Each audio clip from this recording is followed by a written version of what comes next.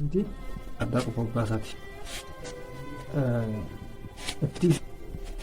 Murtuu leenjii qonnaan bulaa jechuudha. Faayidaan kaayyoon FTV'n dhaabameef teekinooloojiilee garaagaraa as keessatti fidanii madaqsanii qonnaan bulaa biraan gahuudha. FTC'n keenya FTC'n addaa qofa obbaasaadha. Bal'inni lafaa hektaara takka tuqaa lama kan qabu. Bal'inni lafaa hektaara tokko tuqaa lamarraa midhaaniif waa'ee beeyladaatiif akkasuma waa'ee qabeenya uumaatiif erga adda qonnee booda bishingaalee shanii gosa 5 midhaan dheedhii irraayis ataraa fi boloqqee gosa 2 fi ataraa maashoo jedhamu qotuu dandeenya jirre.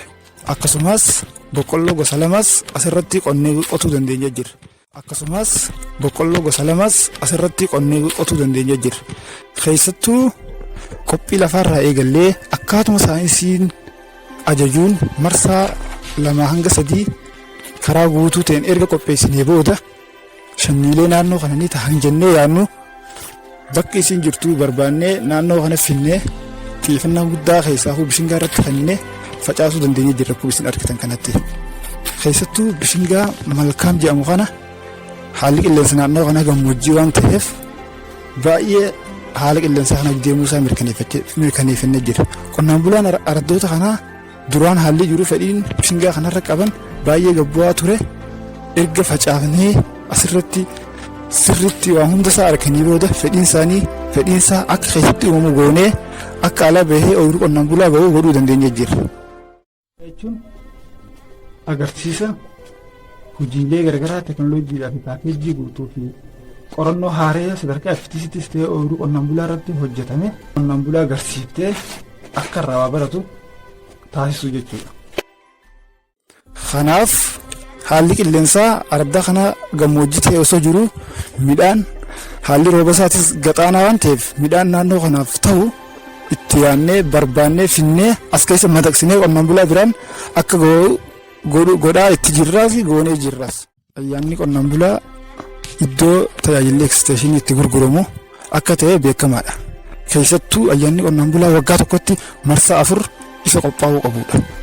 Nutis sanbu'uura godhachuudhaan hojiilee murtuu leenjii qonnaan bulaa kana keessatti yeroo baay'ee akkaataa saayinsiin ajajuun hojjetamaa turanii fi qonnaan bultoota keenya bakkasitti adda duree doolaar qalleeyyii jennee akka daawwatan goonee jirra. Keessattuu hojii leenjii FTC biiroo sadarkaa FTC'tti leenjisaa turre asitti tiyooriidhaan kan leenji'aa ture san qabatamaan hojii waggaa guutuu hojjetamaa ture facaarraa kaafnee hanga yeroo sassaabbiitti ayyaana qonnaan bulaa qopheessinee qonnaan bulaan keenya tajaajila kana namni hedduun bakka takkatti argamee akkaataa irraa baratu goonee jirra.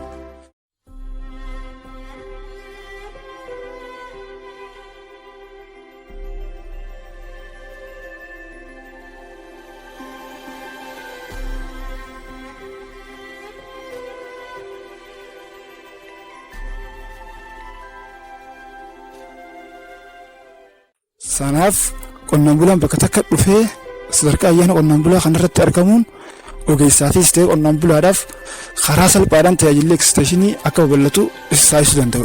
Kanaaf xiyyeeffannaa guddaa itti kennee bara kana ayyaana qonnaan bulaatiin hojii hojjetu hunda deeggaraa kan turre jechuudha.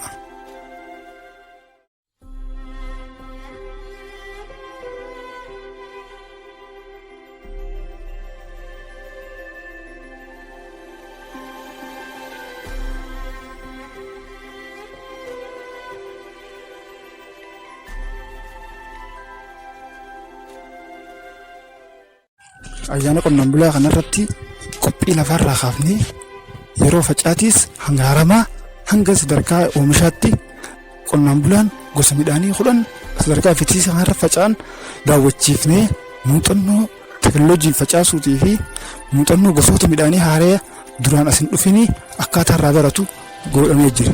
Keessattuu wantoota naannoo kanaaf hedduu barbaachisaadha. Hitaayamee itti amaname irratti bishingaa malkaam as keessa faca'ee kana sadarkaa qonnaan bulaatti gabbahee kilaasteraan qonnaan bulaa biratti dhuunfaa birattis faca'ee bu'aan gaariin kan irraa abdatamaa jirudha.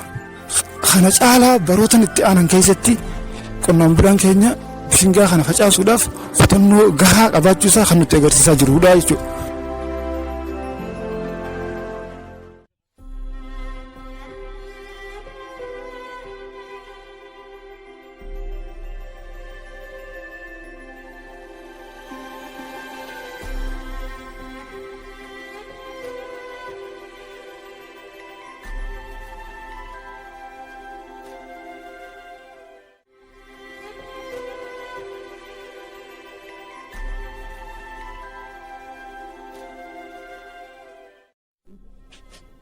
Qonnaan bulaa garaagaraa akkaataa lafa isaanii walitti hidhanii lafa bal'oo hektaara 15 fi sanii ol ta'e irratti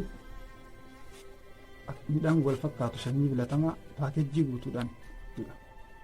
Kan faayidaan kilaasteraa immoo inni guddaan baay'inaan oomishuudhaa fi teekinooloojiin nama hunda bira akka gahu taasisuudha.